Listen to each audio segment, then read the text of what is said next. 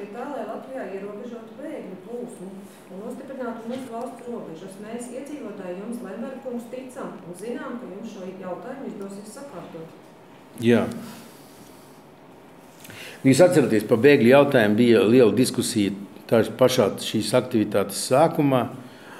Un tad tas sorosiešu gals, kas lielā mērā vada mūsu valsti jau 20 gadus, viņi bija par pilnu atvērtību un ka Latvijai jāņem tik bēgļi, cik mums kāds piedāvā. Strājums kundze arī faktiski to jautājumu stādīja tā, ka ja viņai nebūs atbalsts zināmam skaitam bēgļu pieņemšanai, tad tā valdība nebūs. Un ZZSā bija toreiz liela pretestība vispār kādu uzņemt, ja? Bet, ja tas jautājums tāds, vienā pusē ir tur vairāk simti bēgļi, otrā pusē, kad iestājas iekšpolitiskā krīze, tad, protams, kad vajadzēja iet uz kaut kādiem kompromisiem. Šobrīd, protams, nekādi tie kompromisi vairāk nevar būt. Bēgļi no valstīm, ar kurām mums nav nekādu ekonomisko un vēsturisko sakaru, no valstīm, kur mums ir pilnīgi savādāka reliģiskā pārliecība, reliģiskās tradīcijas, kur mums ir pilnīgi atšķirīgas tradīcijas ģimenē, atšķirīgas tradīcijas attiecībās sieviete un vīrietis un daudzos citos jautājumos. Skaidrs, ka tāda svešas kultūras un tradīcija invāzija, viņa nav laba, nav pieņemama.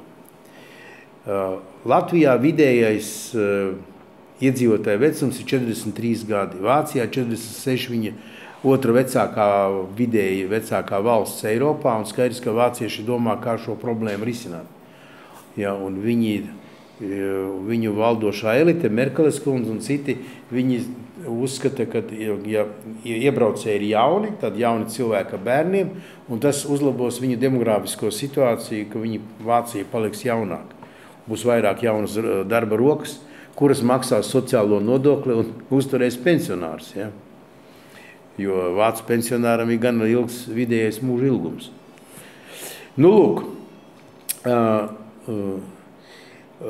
Vācijai sava politika, man liekas, ka Latvijai nevajadzētu šādu politiku piekopt, un es viņu arī neatbalstu, un šobrīd valdībā nav noskaņojama mainīt pozīciju un mīkstināt to, lai vairāk uzņemtu bēgļus.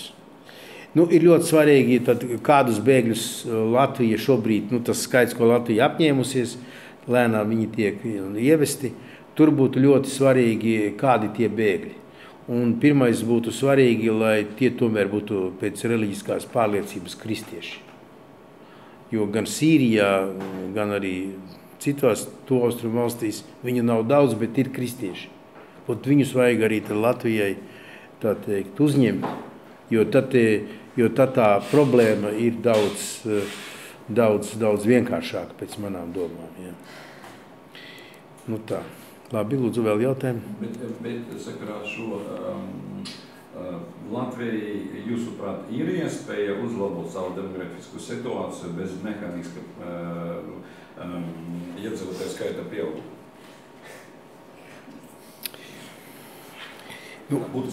Vīrieši fertīlajā vecumā mums ir, un vīrietim tas vecums ir gan liels, varbūt atkarīgs no veselības stāvokļa.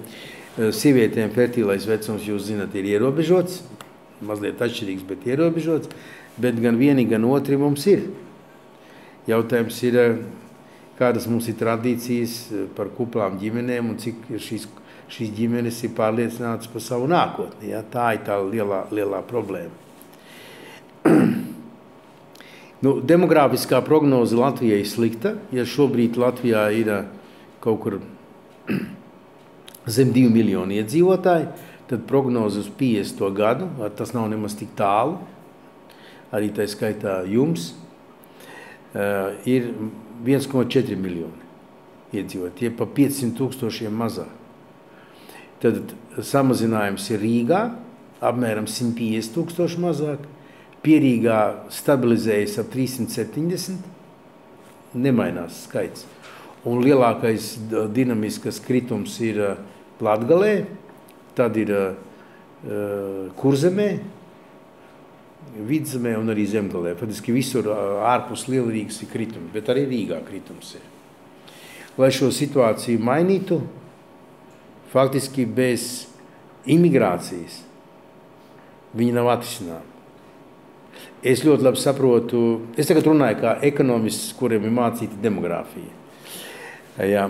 Politiski, protams, tas ir tāds ļoti jūtīgs jautājums, jo, jūs zināt, ir ļoti spēcīgi politiskie spēki, kuri darīja visu, lai no šejienes aizbrauktu viena daļa no iedzīvotājiem, tā skaitā arī gados jauni iedzīvotāji, kas pēc reliģijas ir kristieši, kas ir baltu ādas krāsu un gana tuvu to kultūru vēsturi, katrā gadījumā miedarbībā bijusi. Tā kā tā situācija Latvijai ir ārkārtīgi smaga, un šajā jautājumā faktiski šobrīd viņa ir, es teiktu, bezcerīga. Jo dabīgā pieauguma nebūs, un migrācijas saldo turpinās būt negatīvs. Līdz ar to notiek depopulācija. Valsts izmirst. Bet ceļu tīkls ir jāuztur, tas pats pareizi. Ja 90. gadā tie, kas maksāja par šo te nodokļus, lai uzturētu esošo ceļu tīklu, bija 2,6 miljoni. Tagad ir mazāk par 2. Tātad elektrības jāpiegādā. Elektronikas vajag. Sakaru sistēmas vajag. Ātrā neatliekamās palīdzības tīkls vajadzīgs. Ugunsdzēsības tīkls vajadzīgs. Policijas spēki vajadzīgi. Ja? Tur nav proporcionāla samazināšanās. Skolotāju skaits, jā, viņš samazinās, bet neproporcionāli skolēnu skaita. Līdz ar to viss šīs izmaksas viņas paliek uz vienu iedzīvotāju, vairāk vajag rēķināt uz vienu nodarbināto, tās pieaug. Ja, tā slodze pieaug, un līdz ar to to visu sistēmu nest paliek aizvien grūtāk. Tas ir jāsaprot. Var, protams, teikt, ka ne mana cūka, ne mana drova, bet tā nav pareiza pieeja.